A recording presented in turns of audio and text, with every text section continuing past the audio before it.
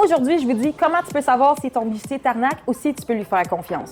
Premièrement, c'est important que tu aies une bonne connaissance du bijou que tu veux acheter, que tu saches un peu ce que ça vaut puis qu'est-ce que tu veux. Sinon, c'est sûr que tu as plus de chances de te faire avoir. Fait que fais tes recherches avant de passer en bijouterie. Deuxièmement, regarde les reviews, les commentaires, les avis. Si ton bijoutier a 0 étoile sur 5, tu vois bien qu'il y a un problème. Troisièmement, prends le temps de magasiner et de comparer d'une bijouterie à une autre. Puis là, c'est bien important que tu compares des pommes avec des pommes. Je te donne un exemple. Tu veux une chaîne en spécifique, demande à ton bijoutier cette chaîne, le prix fait exactement la même chose dans une autre bijouterie. Comme ça va te permettre de pouvoir comparer.